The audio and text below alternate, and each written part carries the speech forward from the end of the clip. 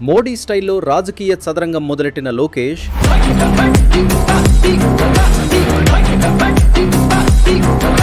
తెలుగు రాష్ట్రాల్లో ఎన్నడూ లేని విధంగా రాజకీయాల్లో కొత్త సాంప్రదాయానికి శ్రీకారం చుట్టిన నారా లోకేష్ ఇప్పుడు అసలు ఏం జరిగిందో చూసేద్దామా? పార్లమెంట్ సమావేశాలప్పుడు మోడీ గారు తన క్యాంపు కార్యాలయంలో బీజేపీ ఎంపీలతో కలిసి డిన్నర్ సమావేశం నిర్వహిస్తారు. అదే స్టైల్ లోకేష్ గారు కూడా అసెంబ్లీ ముగిసిన తర్వాత తన ఇంటికి మచిలీపట్నం పార్లమెంట్ పరిధిలోని నాయకులను తన ఇంటికి ఆహ్వానించారు.